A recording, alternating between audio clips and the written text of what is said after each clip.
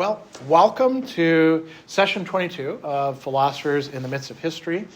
This is a quarterly series we've been doing here, hosted by the Frank Weinberg Library since 2016. So we took a break during the COVID years, and we're back to it now. And actually, this session was supposed to happen last year, but I had COVID, and so now we're finally getting to this guy, Saint Bonaventure. So the way the series works is it's very interactive. You can ask questions whenever you want to. I come in, I've got, as you see, like a timeline, and I talk about a particular philosopher and where they fit into history. So it's kind of a back and forth. They have a historical context which forms them and shapes what they're interested in and all of that. But then I'm almost always picking somebody who had some influence on history. So we're not doing somebody obscure who didn't really have any, let's say, historical consequences or repercussions. And we do an ancient one in the spring or late winter in February. A medieval thinker in May, and then we do a early modern thinker, so like, Renaissance up to, say, 18th century for August, and then in November we do a later modern thinker, 19th or 20th century. We haven't done anyone from the 21st century yet, but, if the series goes on for decades and decades, maybe we will someday. And so the person I picked for this time is somebody who I thought had been a little bit neglected.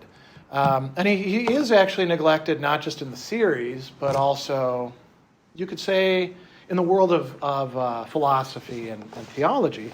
So it's this guy Bonaventure. We've done other medieval thinkers. Augustine, big heavy hitter, right? Everybody knows about the Confessions and City of God. And he had a massive influence on Western medieval Christianity and all the way into the Renaissance and Reformation. We did Boethius, perhaps one of you could say, the last of the Romans. He and Augustine are medievals who didn't know that they were medieval because they just saw a Roman Empire kind of falling apart. We did Anselm of Canterbury, who's much closer to Bonaventure in time. We're talking about an 11th century thinker and 12th century. Early 12th century. And then we get Thomas Aquinas, who we did a couple years ago. And he's a contemporary with Bonaventure, and he's very famous, right? Everybody knows about St. Thomas because he wasn't officially the official philosopher for the Catholic Church, but about as close as you could possibly get, right? But Bonaventure is also quite important, and specifically for one of the most important orders within Western Christianity, the Franciscans, who, you see today, there's Franciscan first and second and third order out there. They have a lot of works that they do, including teaching. Unfortunately, I think all of you know, local Franciscan university is closed up. Cardinal Stritch is coming to an end pretty shortly. They're only 10 miles from here. And that was one of the few places around here where you could actually learn about Bonaventure, believe it or not. You won't hear about him much at Marquette or UWM or places like that, but the Franciscans love to teach their own, right? And he is one of their main guys. So I thought we would now focus on a important person early on in the Franciscan order.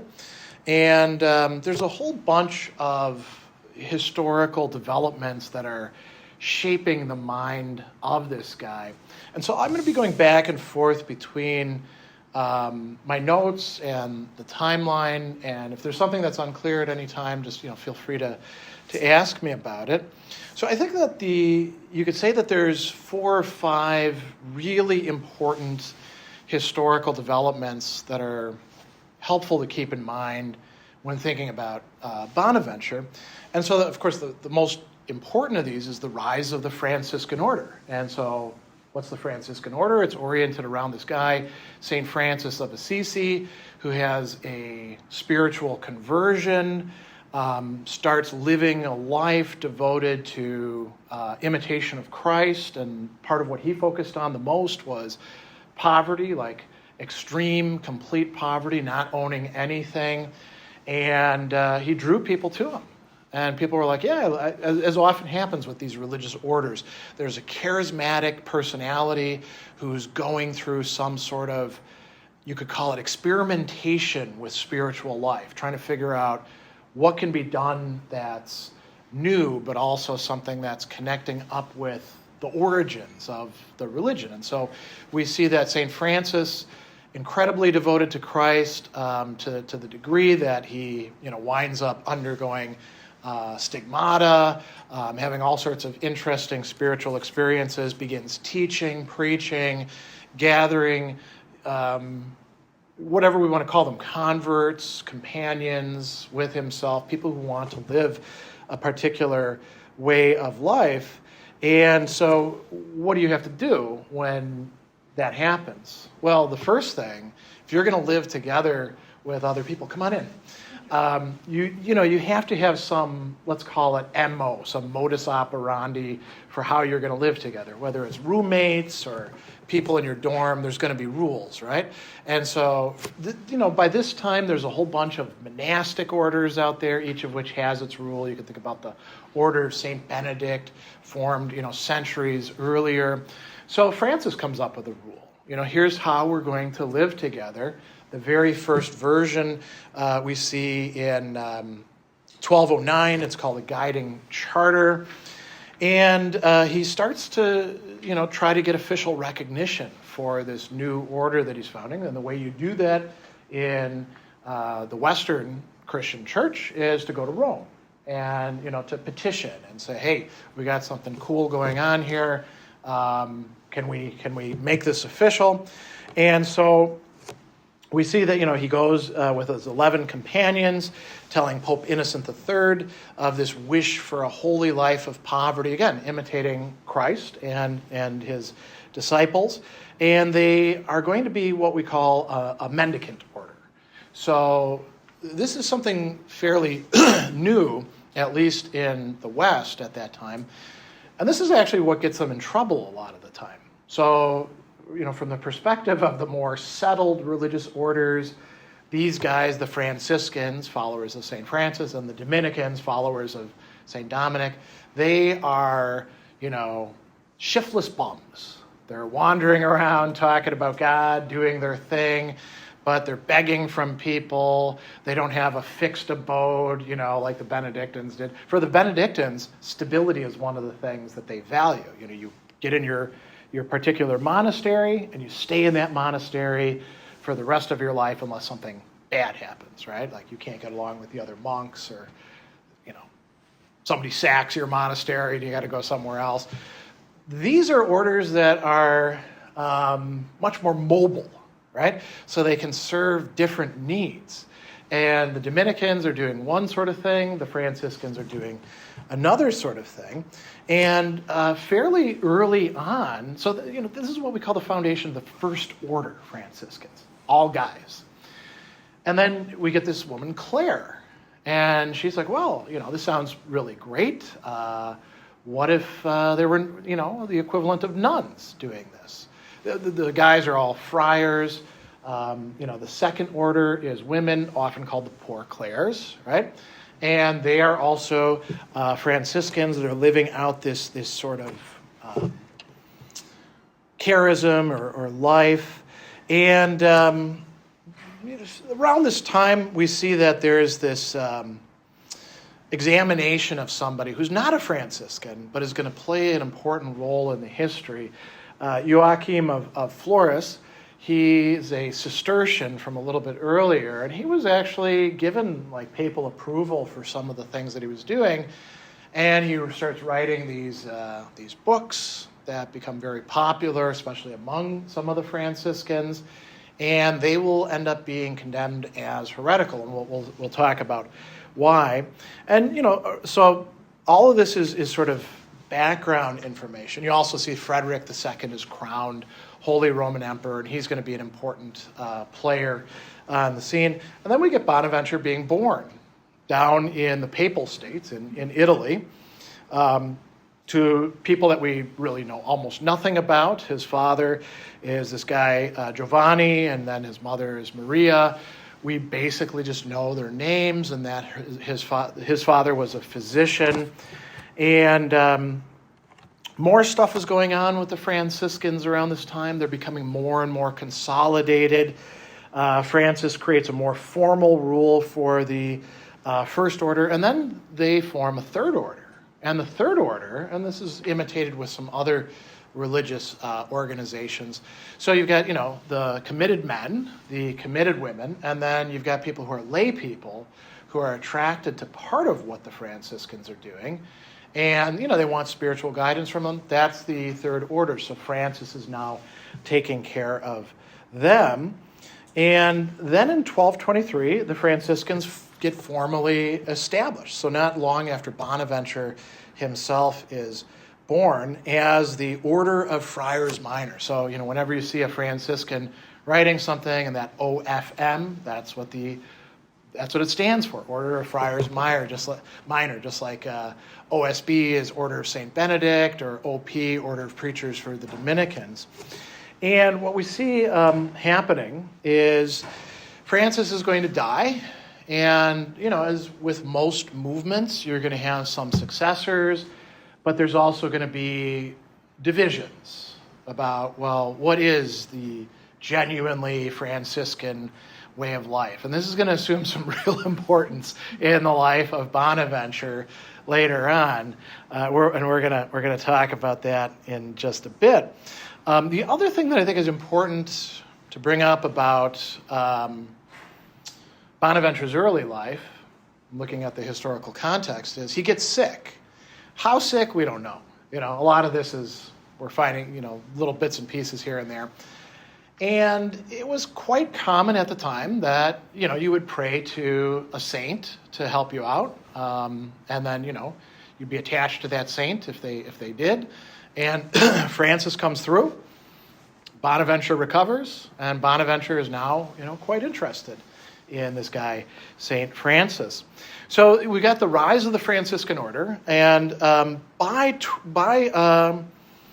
1050, when Bonaventure, you could say, is in his prime, they've got 30,000 members. This is in medieval times, too. So that's a lot of people. They're spread out all over the place.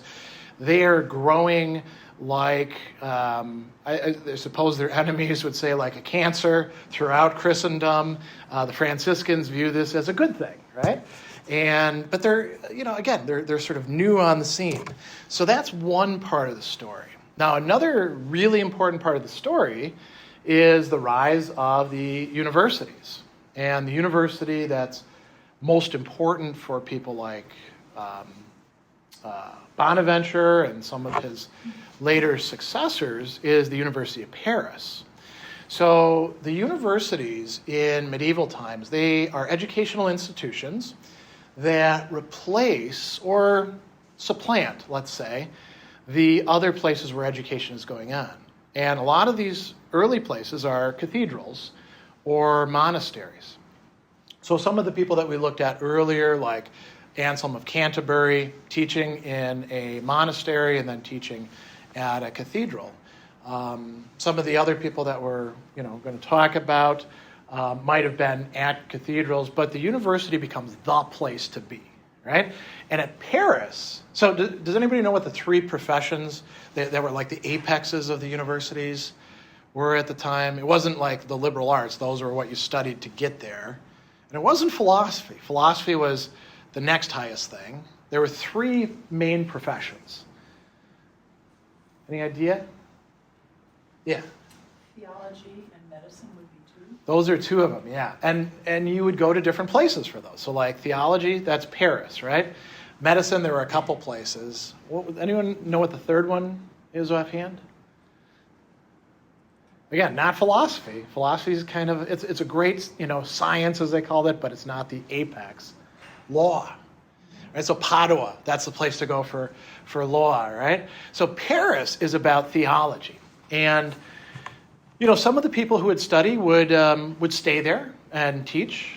It was pretty rare, though, for the most part, what they're doing is they're attracting students who are going to come there, and many of them are going to become like parish priests, or they're going to be in the religious orders, and they're studying theology as well as all of these, 7 liberal arts and then philosophy, so that they can do a good job, so that they understand human nature, so that they understand the relationship between humans and God, so they can interpret Scripture as part of a literate culture that's developing.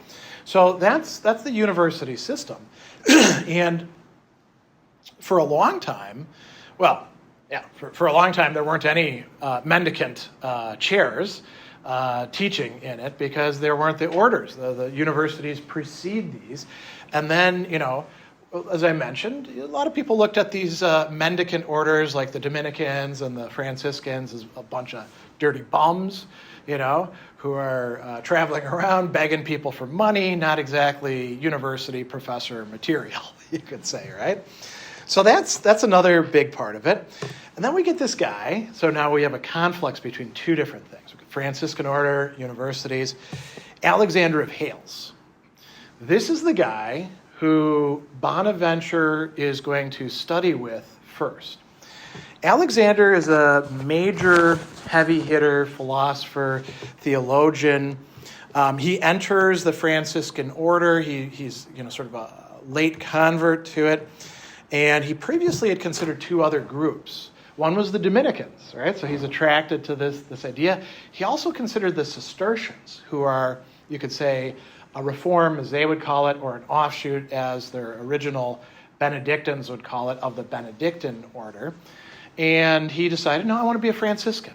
There was something about that charism of poverty that he thought was attractive. And he becomes the first Franciscan to hold a university chair at Paris. So this is quite important. And he was what we would call a scholastic. Now, when we use that term today, it's just got a very general meaning of like people who are studying something, right, or teaching. Like we have scholastic book fairs and things like that. But the scholastics in the Middle Ages, these were people who were engaging in philosophy and theology, and perhaps also you could say some of the people involved with law were doing this. And it was an approach more than anything else.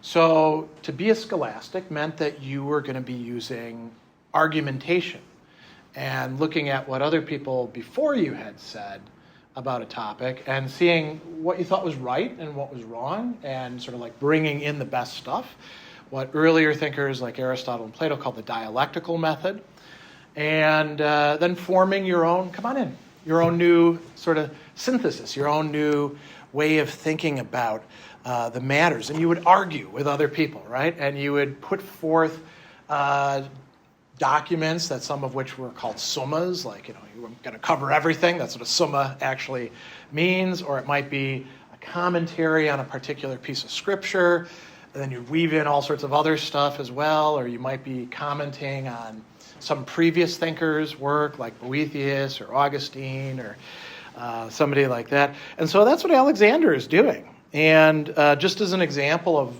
the kind of approach, when he's considering the question of what is free will, he'll look at Augustine's definition of free will, and then he looks at Anselm of Canterbury's definition of free will, and then he looks at Bernard of Clairvaux's definition of free will, and he's like, well, I like this about this one, not so big on this part, I think they got this wrong, and he tries to bring them together in sort of a synthesis of his own, and that's what he teaches to his students. And among those students would be Bonaventure. Yeah.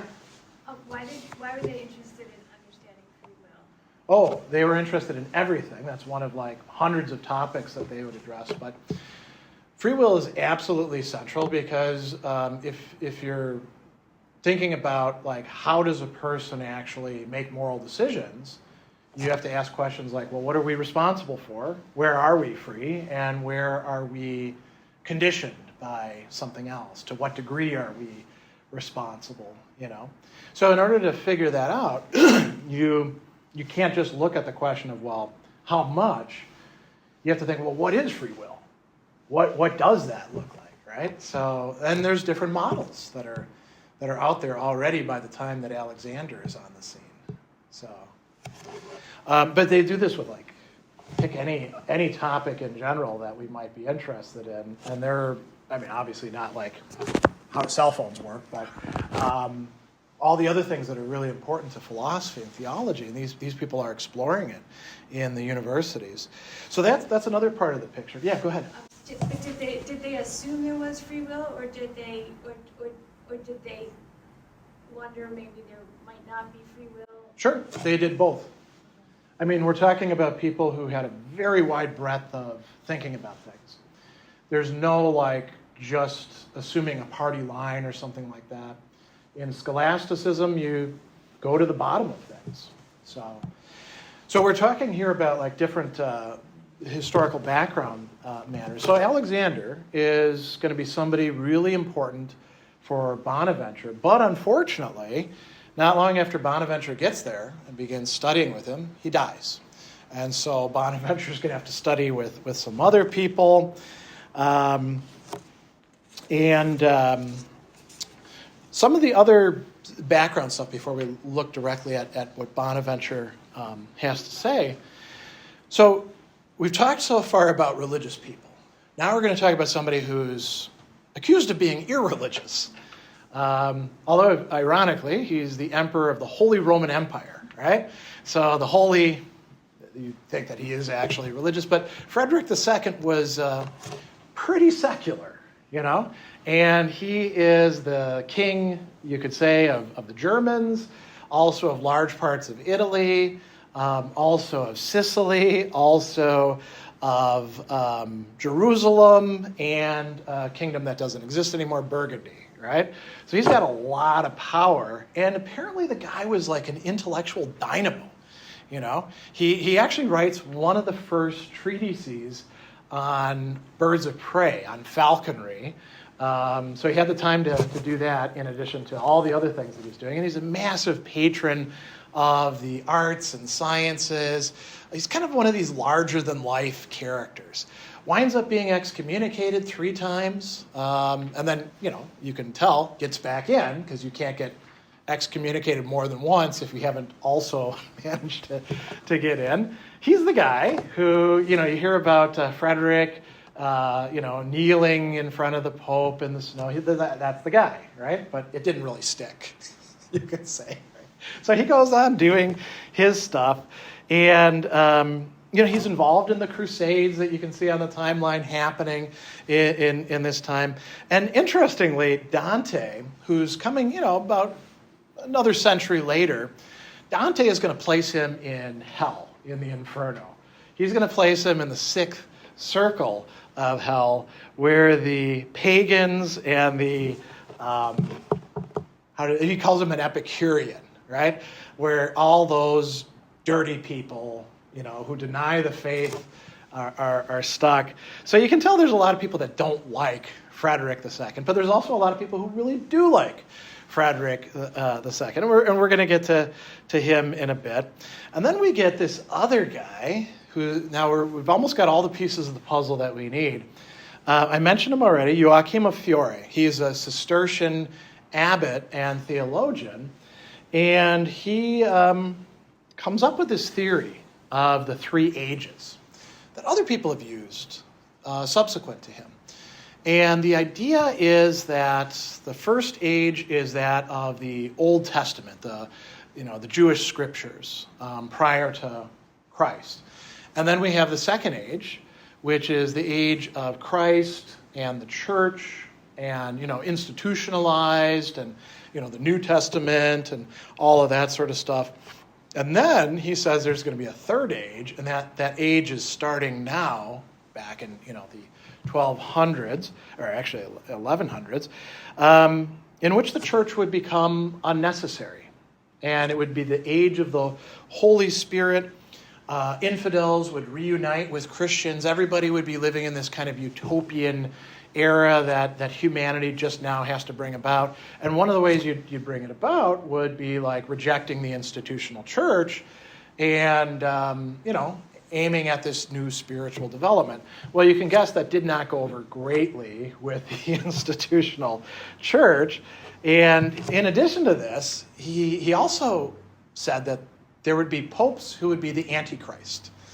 Now, if you think about Renaissance popes, maybe he wasn't wrong about some of this.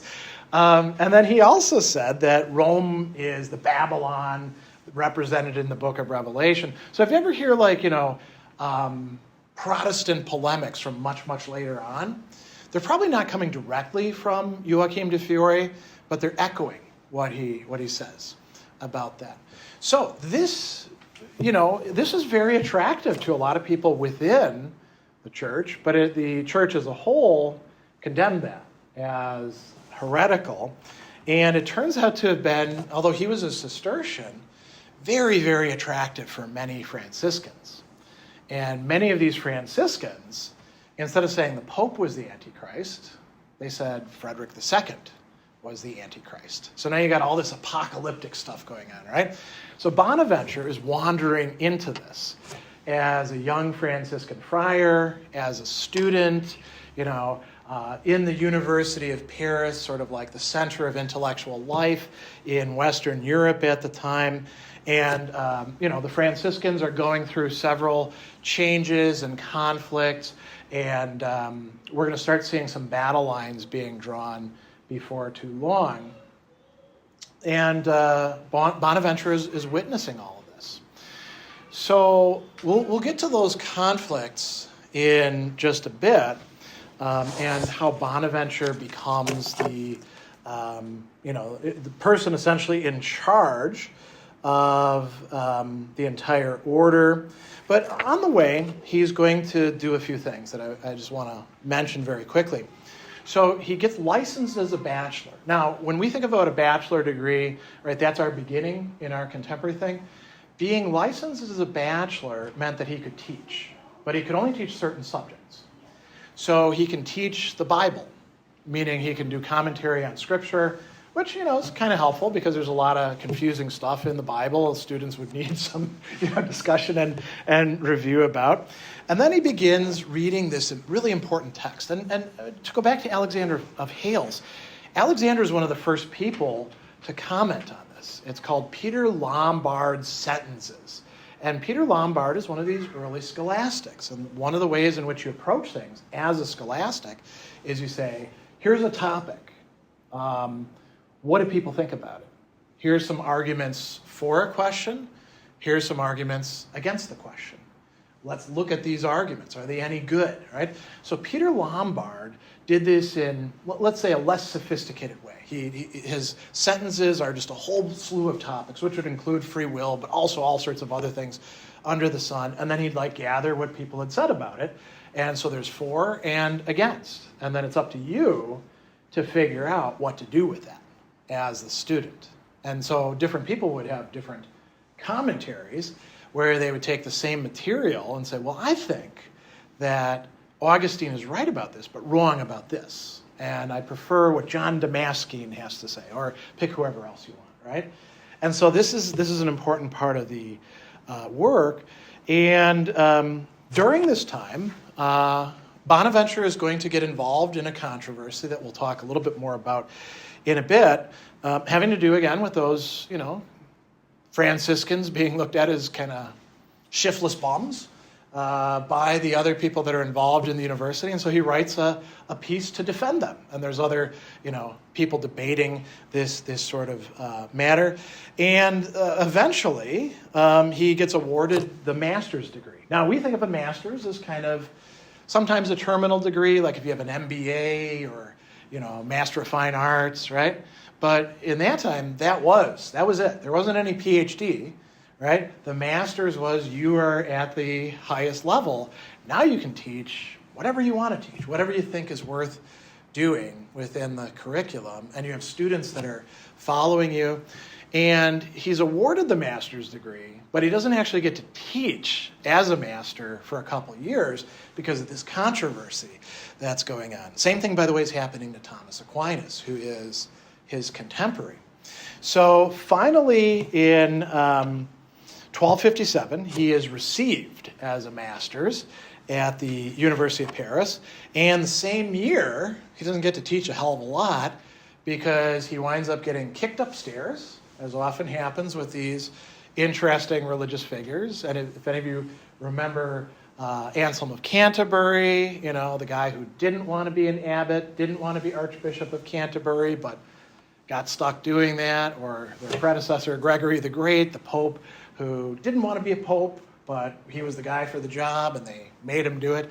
So Bonaventure is going to become the head, the minister general of the Franciscan order. So he's at the top, and he is the seventh, because since Francis has died, they've had all these different people in charge, some of whom were actually quite opposed to each other. One of whom actually had to leave and take shelter with Elias, with Frederick II. So, you can tell things are really, really bad when you got to go over to the enemy, right, and take shelter there. So what did Bonaventure actually teach? What did he think about things? So we could say that he's broadly Augustinian. He identifies as a follower of St. Augustine. But that's a little bit deceptive, because there's a whole bunch of other stuff that's getting thrown into the mix, the cauldron, you could say. So he's influenced heavily by Augustine, but also by this guy. He's sometimes called Dionysius the Areopagite, but we nowadays call him Pseudo-Dionysius. Pseudo means fake, right? So he's not the Dionysius that was a friend of St. Paul. He was some later Neoplatonist writer who wound up writing some cool stuff and being very influential. There were also these guys from the monastery of St. Victor, Hugh and Richard. So we're talking about earlier monastic writers who are kind of on the edge of scholasticism. Anselm of Canterbury, who we mentioned already, is a big influence on Bonaventure. Bernard of Clairvaux, if you know about him, he's a little bit later. He is somebody who preaches a lot about love, about how we ascend to God through love. That's a Bonaventurean theme as well as a Clairvoyan theme. And of course, Alexander of Hales.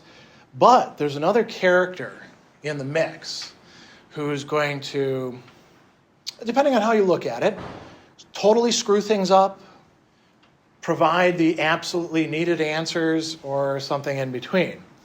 Who would you think in the 13th century, in the universities, who would be the most controversial philosopher whose works are becoming available and are sort of like a bomb going off within the intellectual culture? Any ideas? It's not Augustine. It's not Plato. They've had Augustine for a long time. They're not going to get most of Plato's texts until the Renaissance. I'll give you a hint. His texts are coming from Spain, where they're being translated. There's a big translation project going on. Any idea? No, it's not Joachim. His stuff is in Latin. He's readily available. Aristotle, the philosopher, as he's often called, right? And not just Aristotle, but commentaries by Aristotelians, mostly Islamic Aristotelians, but a few of them Jewish, on Aristotle, like Averroes, or Ibn Rushd, right? Or Maimonides, right? So Thomas Aquinas and his predecessor Albert the Great are gobbling this stuff up, right? They are Aristotelians, although they are also Christians. Bonaventure is also encountering Aristotle, and this is going to be an important part of his work. Now, he is a theologian more than a philosopher in the sense that, he thinks of what he's doing as theology and philosophy as, like all the other arts and sciences, being a handmaid of theology, meaning, secondary. But he does think that philosophy is very important. You need to study philosophy. It's very useful for figuring things out.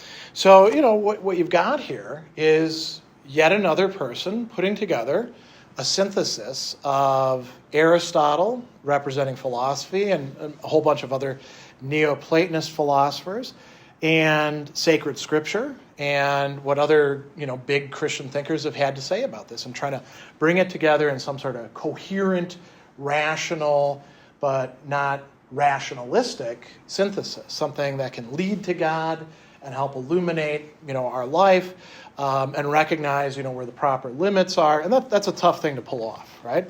So that's what Bonaventure is engaged in, and one of the key ideas that you see him working out, that you don't see in Thomas Aquinas, for example, is what we call divine illumination. So Augustine, way back in the 300s, 400s, was saying that how does our mind get ideas? Part of it is a light that is coming from God within our souls or our minds, which is illuminating the ideas. Think of it as sort of like somebody having a big flashlight, except not like one of the piddly flashlights that we have, but actually think of like a stadium light, just burning in and illuminating these things, sometimes so bright you can't even make it out unless your eyes are strong enough. So the idea of illumination is that God is ultimately giving us what we need in order to understand ideas. And so the soul needs to make itself ready for that. How does it do that? Well, prayer is one big part of it. And, religious people do pray, so he's got that covered. Exercising the virtues, good character traits, eliminating vices like greed or envy or anger, right? And then, using reason in order to understand these matters, meditation, and all of this can be connected, and this is what Bonaventure does. You can think about it in terms of like Augustine and these other Christian authors and the metaphors that they're using, but what do we do with this guy Aristotle over here, who's got things to say about the human mind? Well, Aristotle had this idea of abstraction, that we look at things. For example, human being. How do I actually see humanity in each of you? Well, I abstract this general idea, and it exists in my mind somehow. It's like a copy, right, of what it is that's in each one of us, or chair, or pick whatever else we want. I mean, I don't know that there's an actual, abstracted idea of hot dog, but maybe a sandwich, something. Aristotle doesn't talk about that because there are no, as far as I know, sandwiches at the time. But we could go on and on with this sort of thing, or we could think about like technology, phone, artifacts, they would call it, right? So these ideas that are in our mind are being illuminated by God, but we're also drawing them partly from the world. And this is Bonaventure's idea about that. Now, how can that happen? Well, this is all tied in with his understanding of creation. And as opposed to Thomas Aquinas, who says, well, Aristotle thought that the world was eternal.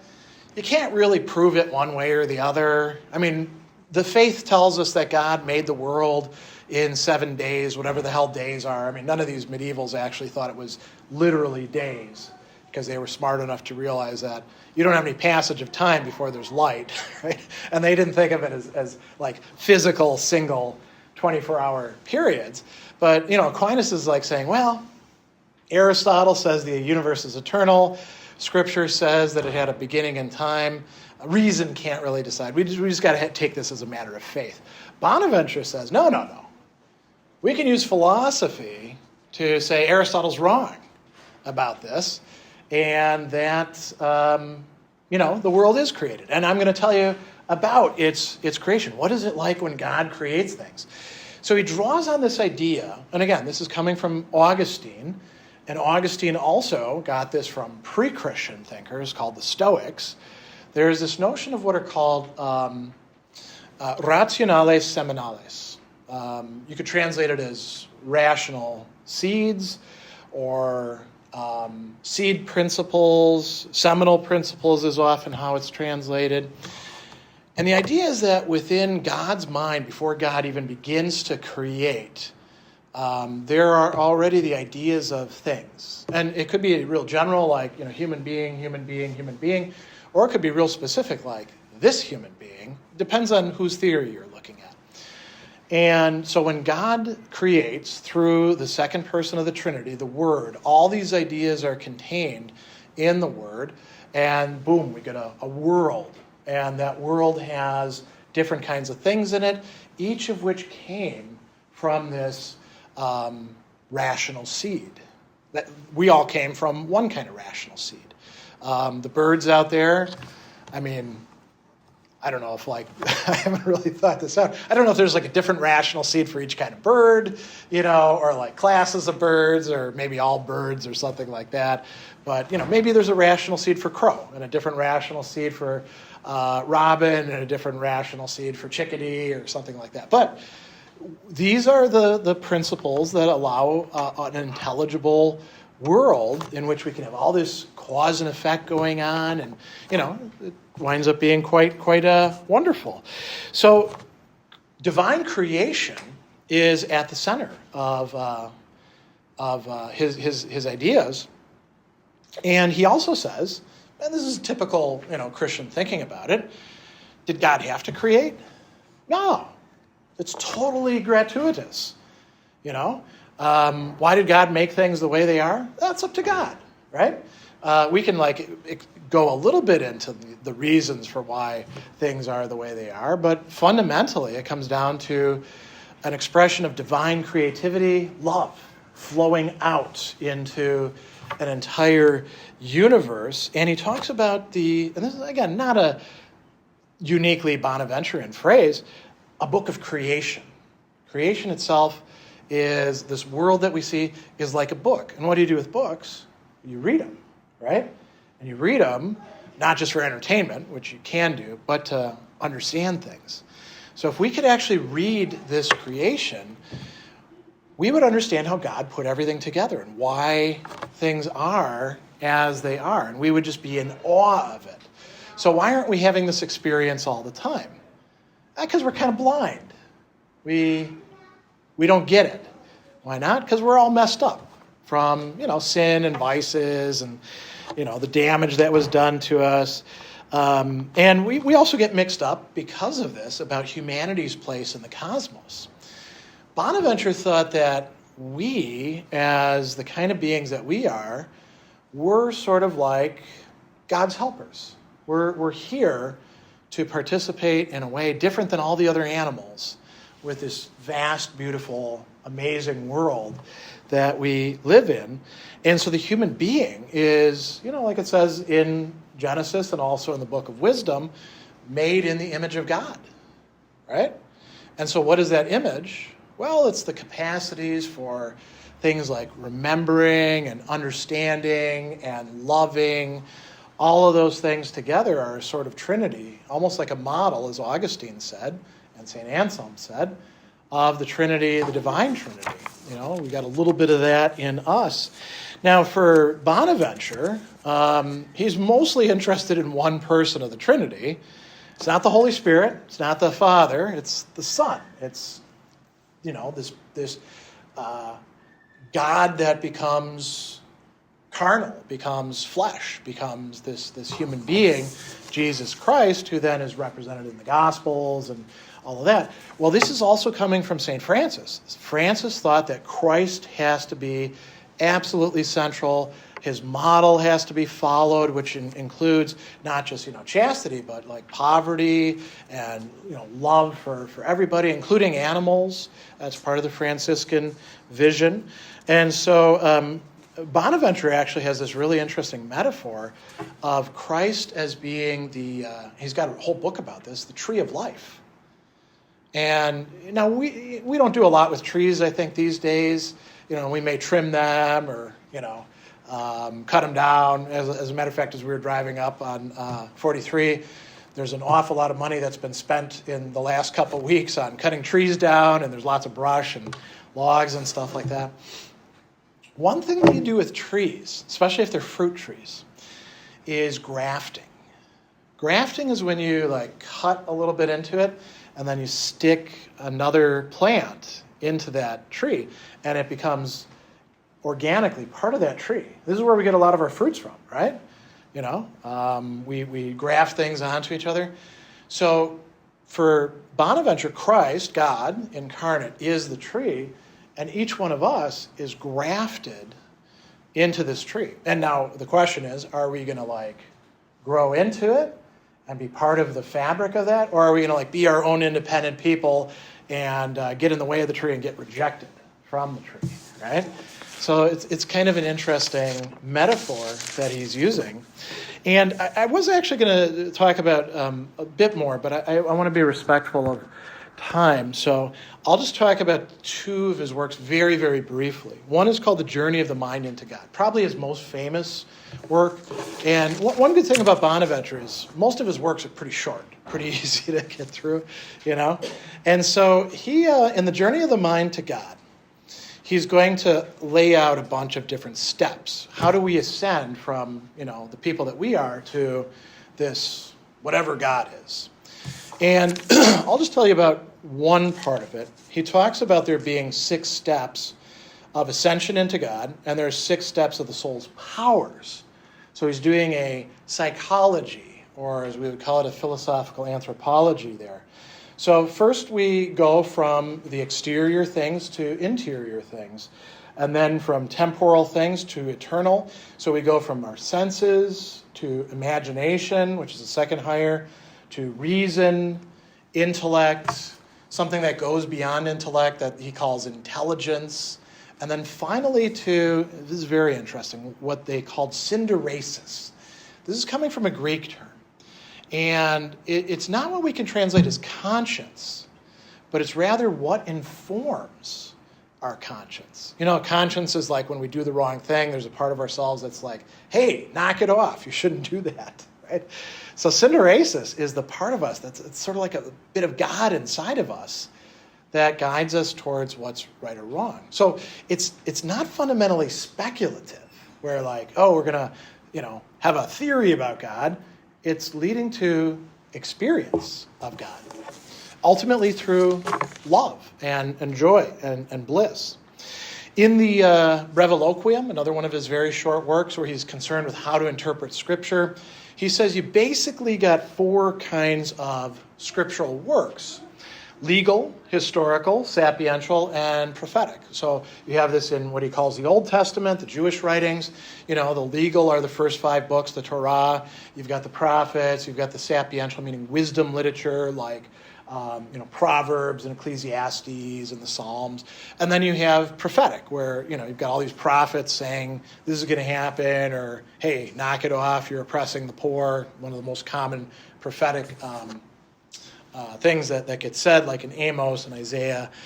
And so that makes good sense for the Old Testament.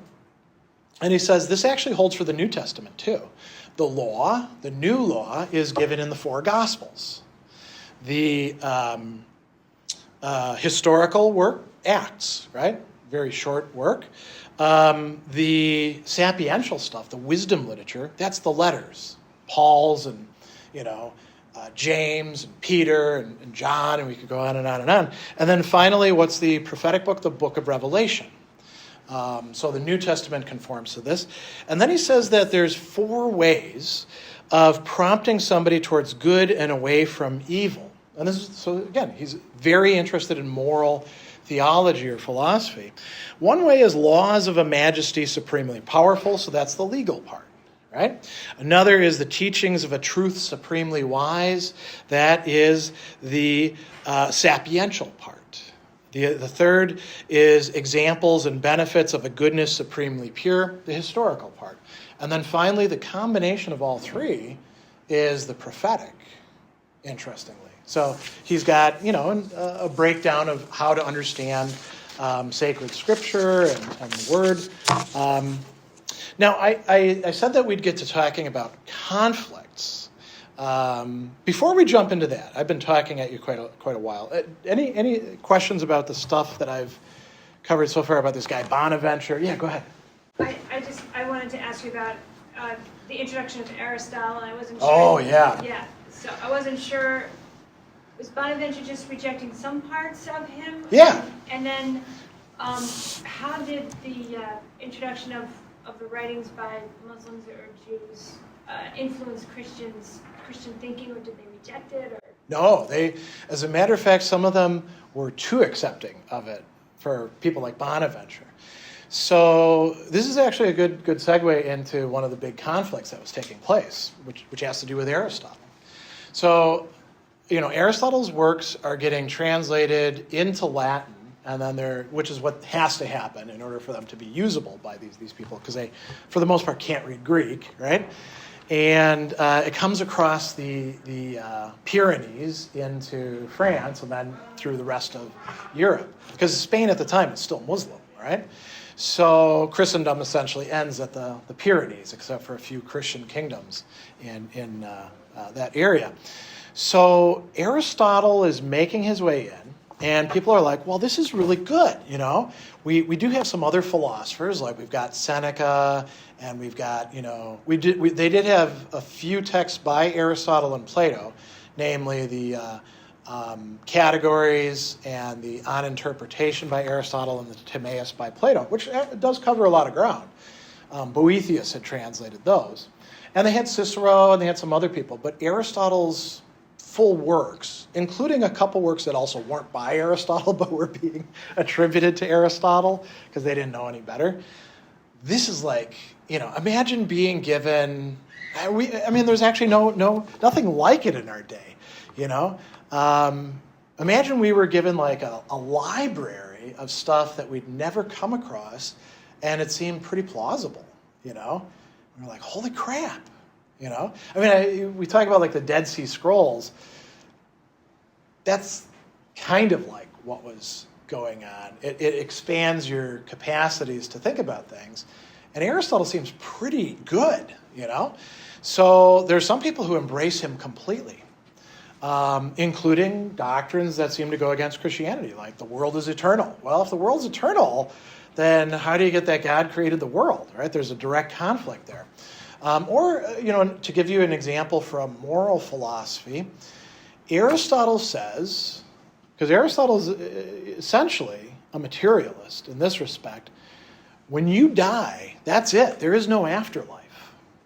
So happiness exists here in this life. Now, it doesn't mean doing whatever the hell you want, right? You got to live a good life and have friends and, develop the virtues.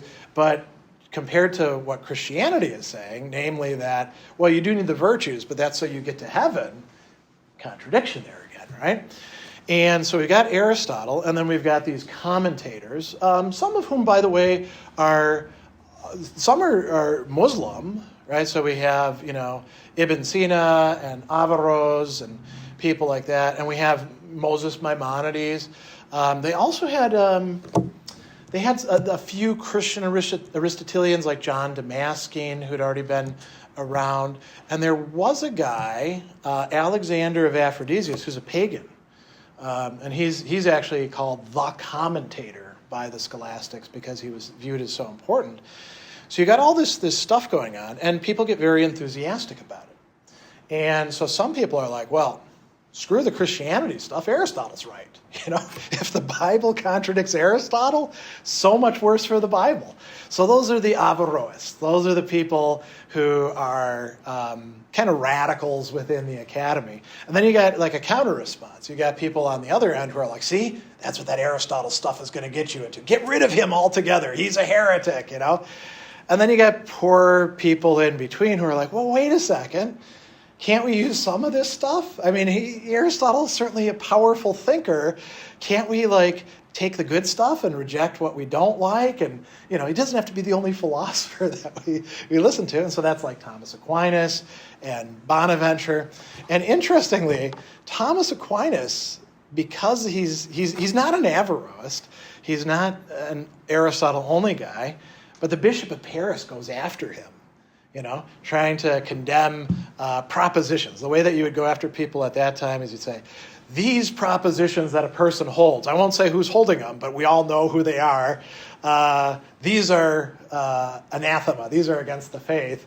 And if anybody's teaching this stuff, they better knock it off. It's without mentioning who it is. And so this is part of what's going on, right? And you could say that in the medieval university, these things aren't really worked out completely. There's always these battles being fought within it, long after Bonaventure and Thomas have left the scene.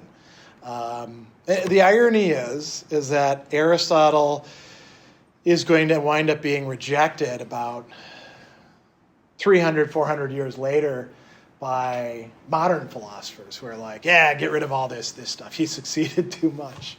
So that's one main line of conflict. Another major line of conflict that's also happening in the university that I mentioned already is before the Franciscans and Dominicans, who are mendicant orders wandering around, taking alms and stuff like that, before they get chairs, and then soon after Alexander of Hales gets a chair, the other people in the university, you can call them seculars, just meaning they're not in religious orders. They're the regular teachers. They're like, we don't want these bums in here. Who's giving them chairs? What the hell's going on here? This is going to undermine the university. And so one of them actually writes a book called The Perils of the Last Times, right? Look at these dirty scumbags coming in to take over our university. It's sort of like people, are always like saying, ooh, the university isn't what it used to be these days, right? And so Bonaventure and other people get involved in this. He writes this treatise on the poverty of Christ, saying, the guy that you claim you love so much, well, he was a wandering bum too, just like us Franciscans. And, eventually the Pope has to get involved. Alexander IV, he sends envoys, and they threaten the university officials with excommunication. And that's what allows him and Thomas Aquinas to finally get their positions as masters. So that's now we got two different controversies, right? We got the Aristotelianism, we got the mendicant orders, and then within the Franciscans, we've got two other kinds of conflicts going on. So Francis, he's a guy who's poor, voluntarily, wanders around getting alms, preaching, loving people. You've always seen the thing like preaching to the birds and stuff like that. Very attractive personality. Immediately people, after he dies, start writing lives of him, or legenda, actually, the word that we get legend from. And some of these are very, very hagiographic. The guy could basically walk on water, and as we say, butter wouldn't melt in his mouth, and all the different things that he's teaching through his life. And the Franciscans break into two different camps, and the conflict gets so bad that it actually becomes a schism within different Franciscan houses. The abbot of the house can't get the other people to do what they're supposed to do, and the conflict has to do with poverty. So there are those who are much more strict. They call themselves the spirituals or the observants, right? And they're like, Francis gave us a rule. The rule says absolute poverty. You cannot own anything. We're going to live by this. Now, that's kind of tough, right? Well, what about a toothbrush? Toothbrushes weren't common at the time, but we would probably bring that up most likely. Can I have a toothbrush, or do I have to sign it out every night? From the guy who's in charge of toothbrushes for the time being. What about as I'm wandering around? Can I have some food with me, or like a satchel that I can put the food in, or is that too much, right? So the spirituals are very, very strict about this, and then there's those who are called the lax by the spirituals, or called the conventuals by themselves. The Latin word for the lax is the relaxi, right? They're too willing to compromise, but they're actually more reasonable. They're like, well, okay, we got to think this through. Let's be thoughtful about this. Obviously, we don't want to have individual friars owning a ton of stuff, right? You don't need a 401k. You don't need a palace somewhere to retire to, but you got to have some things. Your clothes can be your clothes, right? And there were also questions too about how should you beg, and then where should the alms go to? Do they go directly to the thing, or can a guy who's out in the boonies begging, can he take some of those alms and buy himself some food rather than having to go back and say, here's the money, can I have some of that? So this turns into a huge, huge battle. And different people in charge adopt one side or the other. Bonaventure, when he comes in, he's got to adjudicate between these two. And he takes a middle position. He's like, you spirituals, you're kind of full of yourselves. You're not being very Christian towards your brethren. There's also going to be one other problem with the spirituals, which we'll talk about in a minute. And you relax. See, sometimes you can be a little bit too relaxed. We want to maintain good discipline, right? We don't want to say anything goes. So he's towing a middle line, and that's going to be really important. That's part of his legacy. The other thing that has to do with the order, we mentioned Joachim of Fiore, right? So he proved to be most attractive to Franciscans, and he proved to be most attractive to spiritual Franciscans, some of whom started going around preaching this third age stuff. And that was a big no-no, right? It got condemned. Bonaventure has to bring up some of these people on charges, including the guy who'd been in charge before him, who had suggested, when he stepped down, he had suggested that Bonaventure was the guy for the job, and then he got elected to it. He had to bring these people up on charges as heretics before an ecclesiastical tribunal. The guy was John of Parma, his predecessor. So now we've got 4 different controversies going on that Bonaventure's involved in. And then the last one that leads up to him dying, maybe even dying because of it. Nobody really knows. So, in the West we had the Latin Church, Church of Rome. We call it the Roman Catholic Church, right? And things are being done in Latin. And then to the East, we have the Eastern Orthodox Church centered in Constantinople. There's other Eastern churches as well, the Coptic, the Assyrian Church of the East, really far off in what's nowadays Iraq. There was the very Syriac Church. They're not really involved. It's more of a Greek-Roman thing, right? There was a schism going on, which was not helped by the fact that the Crusaders had sacked Constantinople either, right? That produced a lot of bad blood. But there's a schism about who's in charge. Is it the guy in Rome? Is it the guy in Constantinople? Is it a bunch of people? How should we do things? For example, should the bread for communion be leavened as it is in the West? Should it be unleavened or leavened rather as it is in the East? Anselm of Canterbury actually waded in on that one earlier. And so the two churches were, kind of hostile to each other, right? And there's a lot of polemics going on between them. But they wanted to get back together. So they have this council, which is called the Second Council of Lyon, held, of course, in Lyon, which is a major ecclesiastical site. Supposedly, after it was convened, there were 500 bishops involved, 60 abbots, more than 1,000 different prelates or procurators. St. Thomas Aquinas gets summoned by the Pope to help out.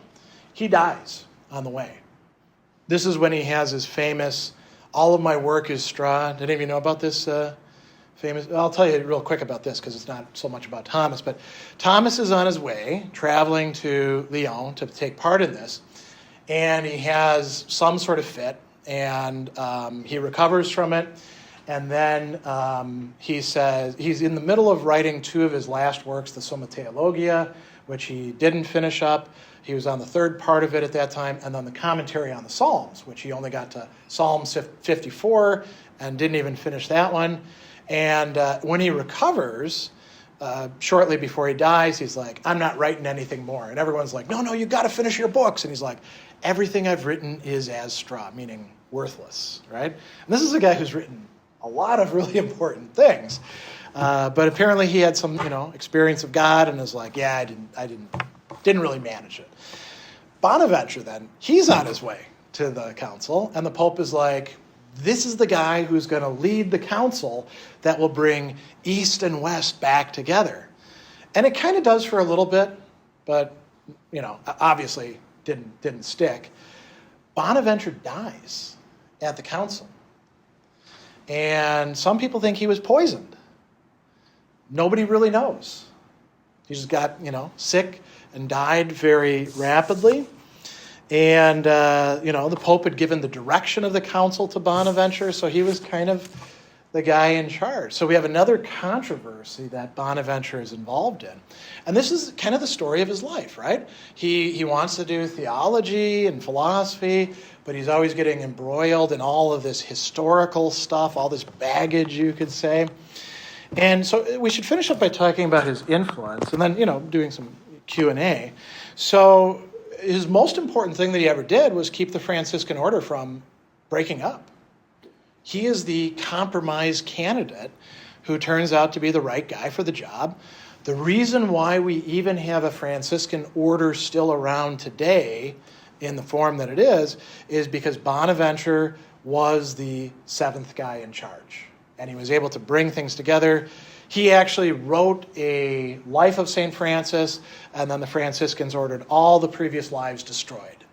He issued a new constitution for the order. All the earlier constitutions were annulled, right?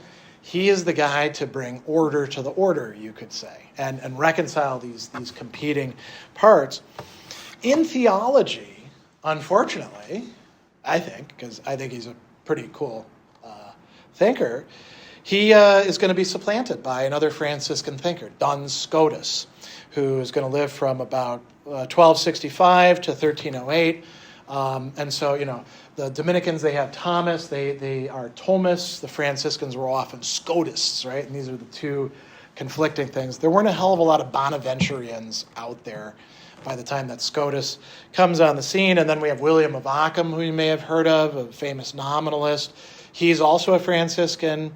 And, if you go to a Franciscan school and you go to the philosophy department and you're like, hey, do you do Franciscans? They'll be like, yeah, we do. Scotus, Ockham, and Bonaventure. But they're probably doing more Scotus and Ockham than they are Bonaventure in most cases. He is very widely read in Franciscan communities for his devotional works, his theological works. For example, The Life of Francis. If you've ever read The Little Flowers, that's Bonaventure's work, right? The Mind's Road to God, or the itinerary of the mind to God. There's different ways of translating it. The Tree of Life. The soliloquy on the 4 spiritual exercises, and the Triple Way. These are all sort of like standard fare in Franciscan retreats, and, here's some reading for you. So Bonaventure still has an important role there. And, you can tell that you made it in the Catholic Church because you get canonized, right? You become a saint.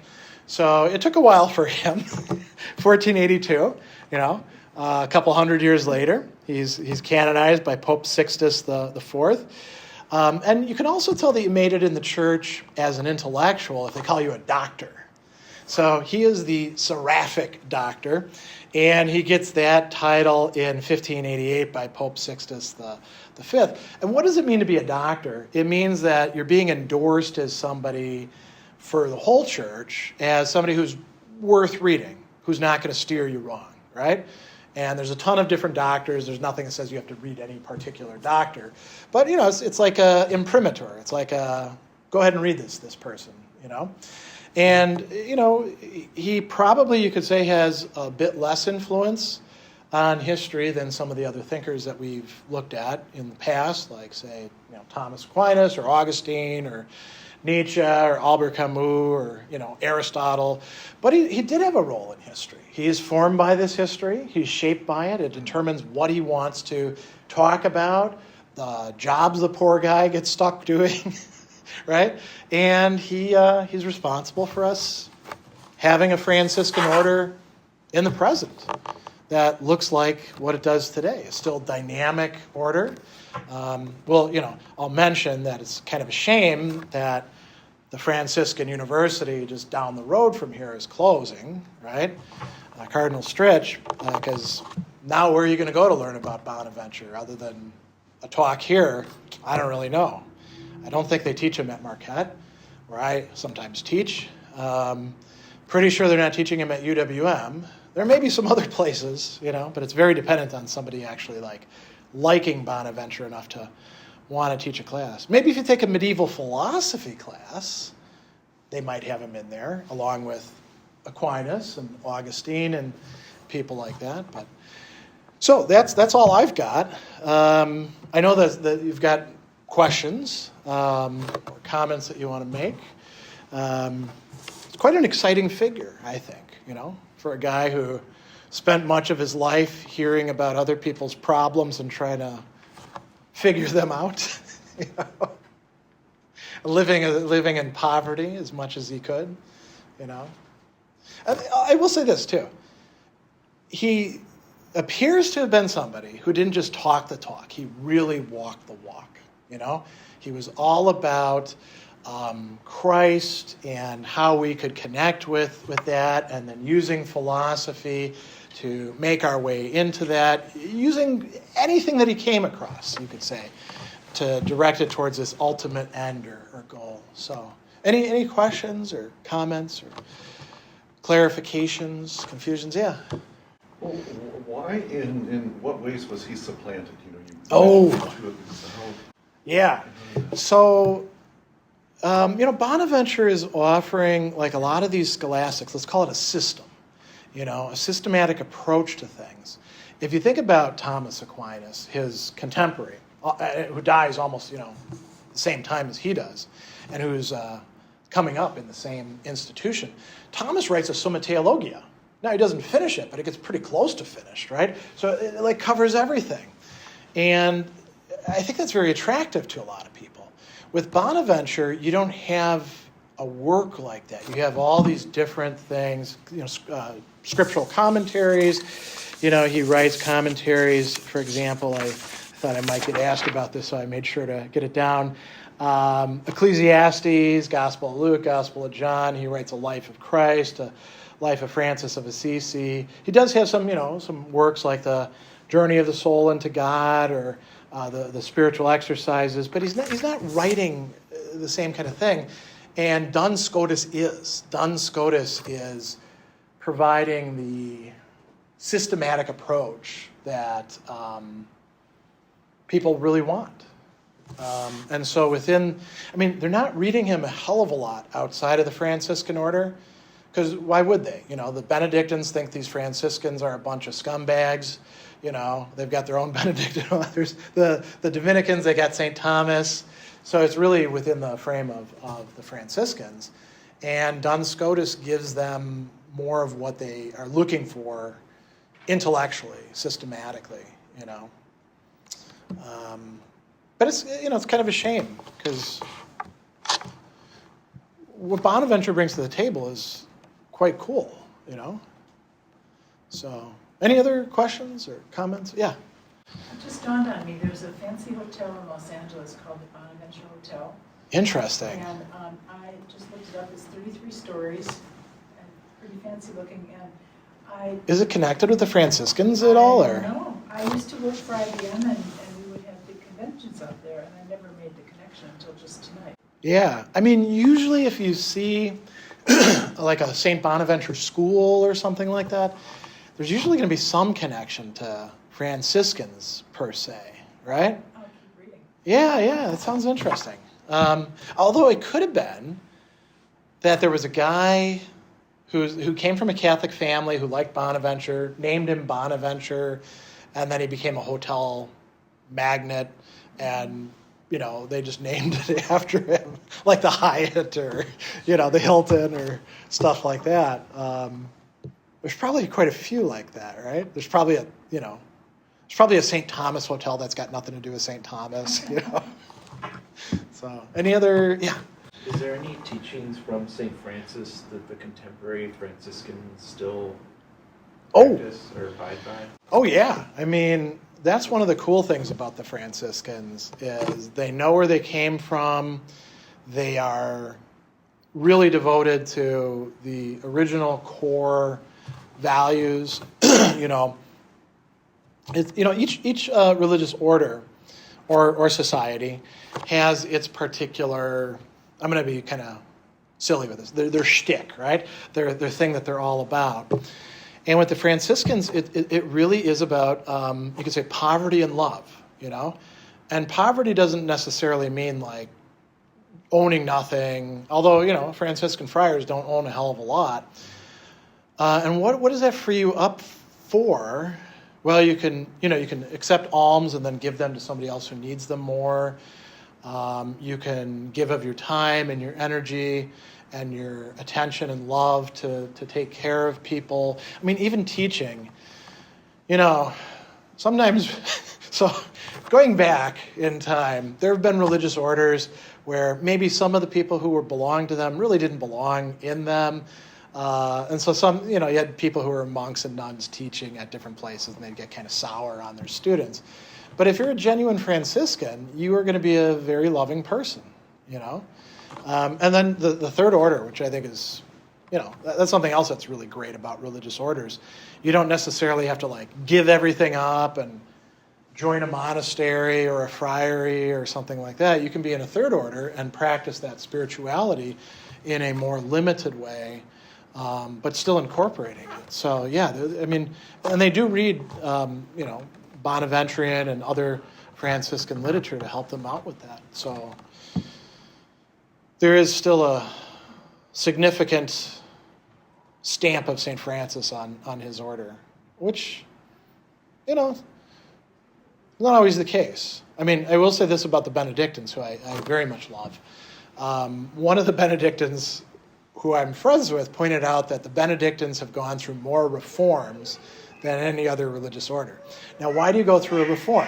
Because you've screwed up and you've gotten corrupt for generation after generation, and things have gone downhill for, maybe 100 years, and then you're like, we got to get our crap together, What was this order originally about? Not like sitting in the monastery and getting drunk all the time. It's about doing good things in the world, And so the Benedictines have done quite a lot of that. But I think the Franciscans have done that too. And they've also, I should mention, this is long after Bonaventure's time, they've had kind of spin-offs, So there's the main Franciscans. If you've ever heard of the Capuchins, they're a type of Franciscan, right? So you get this with religious orders, just like with the Benedictines, the Cistercians spin off of them. They're like, yeah, these other Benedictines, they're not hardcore enough. We need to get our stuff together. So there's different ways of living a Franciscan lifestyle. You notice that the Franciscans have a lot of hospitals here in the United States, right? That's a major way of living out the life of poverty and love, I think, for quite a few people, Yeah. Among pilgrims, some say that you should travel with nothing, because if you do have a lot of, whatever stuff, that you become, the potential is there to become preoccupied with defending. Yeah. Because you're on the road, you're walking. Did that come up in that debate between the spiritual and the relaxati? Yeah. I mean, you can think of it as like the hardcore, we can't compromise at all on these values. As a matter of fact, let's even get even poorer, types. And the people who are like, well, we're not going to totally compromise, but we need to be realistic about this. Somebody's got to, pay the rent or pay for these houses that we have people staying in, and we do need things every once in a while. But and it's kind of funny, because even the more relaxed party, they're not like saying, let's make as much money as possible, or, we're going to have a pilgrimage and we'll line the streets with gold or something like that. But you're right. There is this emphasis on the part of the spirituals in saying, no, if we're going to be committed to this, we got to be 100% committed to this idea of poverty. And so the question is really, how poor should you be, right? And there's a real tension there, I think. Because what if you have nothing, and then you get caught out in a terrible storm, and you take shelter and you get sick, and nobody takes you in to take care of you, Wouldn't it be good to have some medicine along? Yeah, but that's a possession, right? Or wouldn't it be good to have maybe a tent along with you? Well, then you're tempted to put your tent somewhere, and you're worried about somebody stealing it, or So yeah, it's a real issue. Any other questions or comments? You look like you got one Well, brewing in your head. And I'm trying to put it together. He's a theologian. I mean, he obviously is pious. He believes in the scriptures. And why isn't that just an end all for him? I mean, be a theologian. You try to interpret them, but why go to philosophy and try to see if you can make philosophy agree with religion when you're already there? Yeah. So that's a great question, and it's not one just for Bonaventure, but all of these guys, right? And women, because there's women like Hildegard of Bingen who are studying philosophy as well, or Eloise d'Argenteuil, the wife of Abelard. So the easiest answer is to say that Scripture doesn't give you enough, and from the very beginning in Christianity, even before the Scriptures had been assembled into and canonized as the Bible, there were thinkers who already had exposure to philosophy, many of them as part of an education, or rhetoric, or these other liberal arts. And they realized that the Scriptures are great and they have to be central, but they don't provide you with enough for figuring out everything that you need to figure out. So you need to use whatever cultural resources you have. And in the West, it was called philosophy. I mean, it's also medicine. It's also mathematics. It's not as if they only used philosophy, right?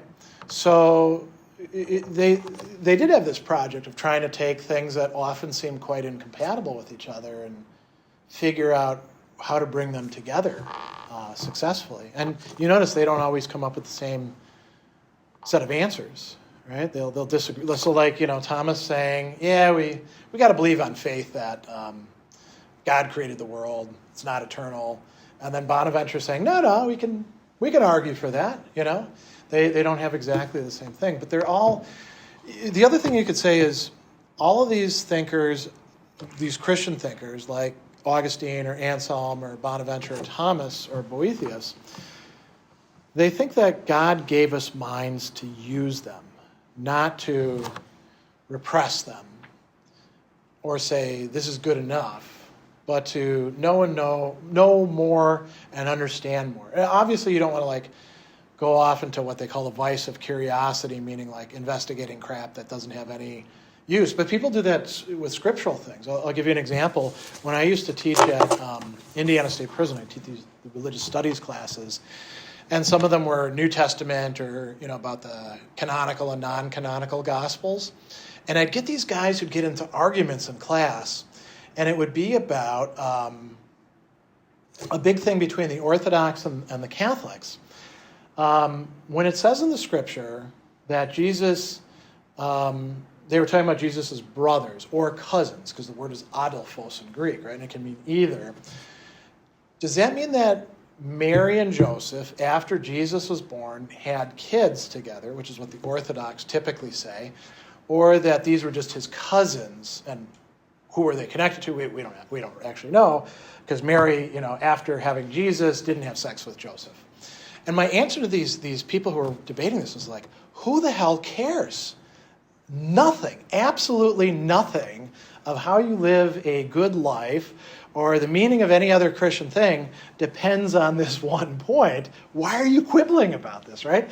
And the answer there is essentially the vice of curiosity, right? They wanted to focus on the things that don't really matter and ignore, things like the Sermon on the Mount, right? That's pretty important. That's pretty central, right?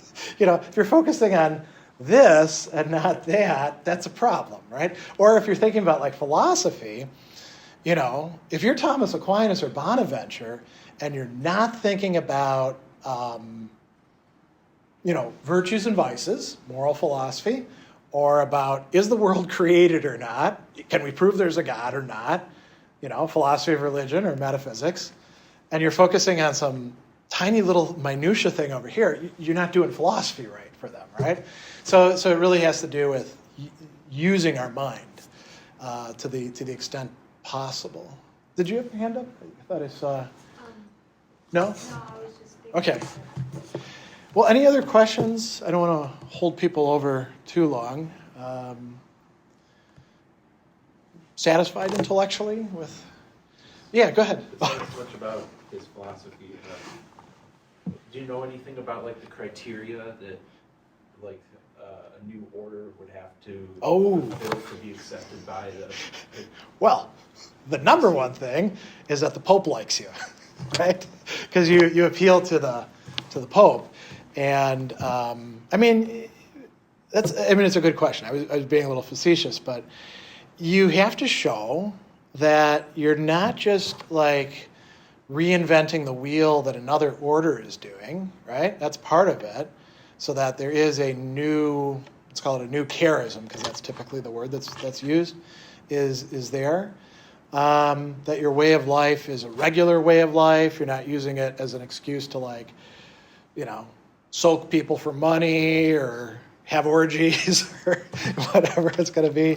And they generally want to see some staying power, some continuity, But you notice, with the timeline, it's not long after Francis begins gathering his members and living together as a community that they're looking for recognition.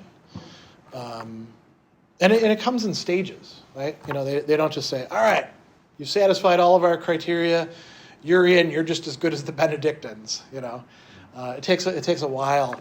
And even after that, right? So the Pope is given his approval, it's an order, but the people in the university are like, yeah, we don't want these bums in here. Who's giving them a chair? Evening, patrons. The library will be closing in about 30 minutes.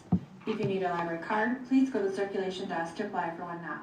Library cards cannot be issued after 7:45. Also be aware that internet computers will be turned off shortly. Thank you and have a great evening. Boy, good thing we're not using a computer. So yeah, there's a bunch of different stages, but it's kind of the stuff that you'd expect, right?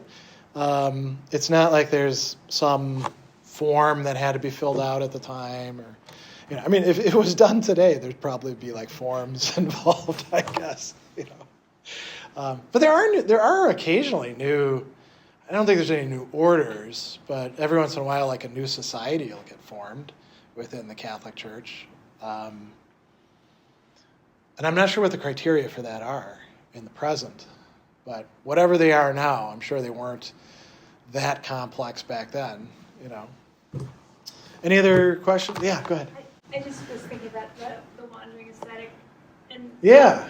that's a common theme across Eurasia. In different religions, right? Yeah. I was wondering if there was communication, if there's communication. It's Buddhists do it, the Hindus did it, and Muslim Sufis. Right, and then also, around 100, 200, Jews and Christians were doing it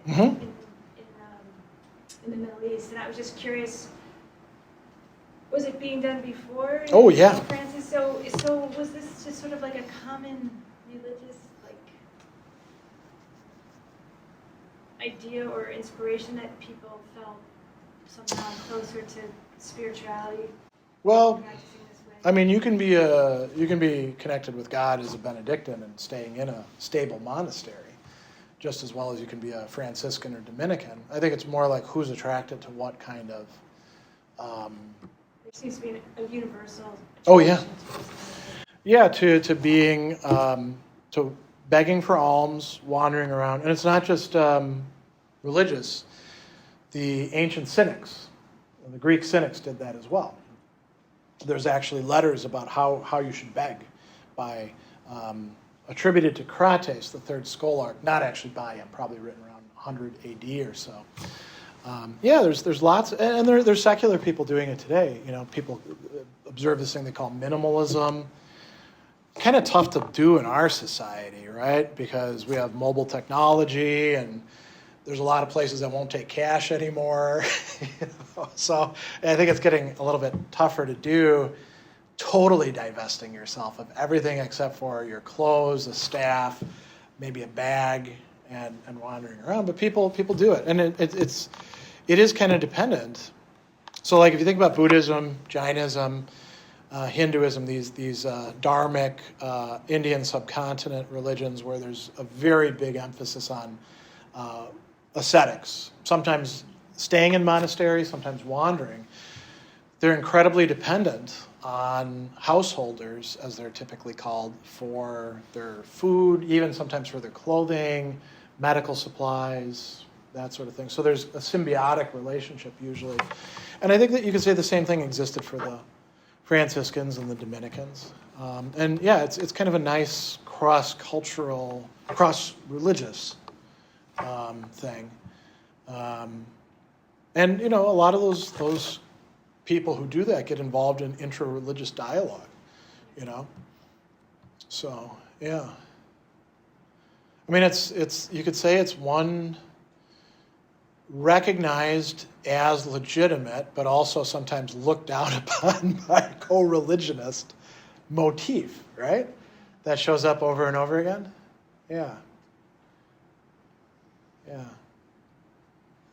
Any other questions, comments? Well, thanks for your questions and your attention, and I hope that you enjoyed this. Come back for the other ones that we've got coming up in August and then November, right? Always the first Wednesday of the month. We'll be looking at a modern thinker and then a late modern thinker. So, yeah, thanks. I'll see you all around.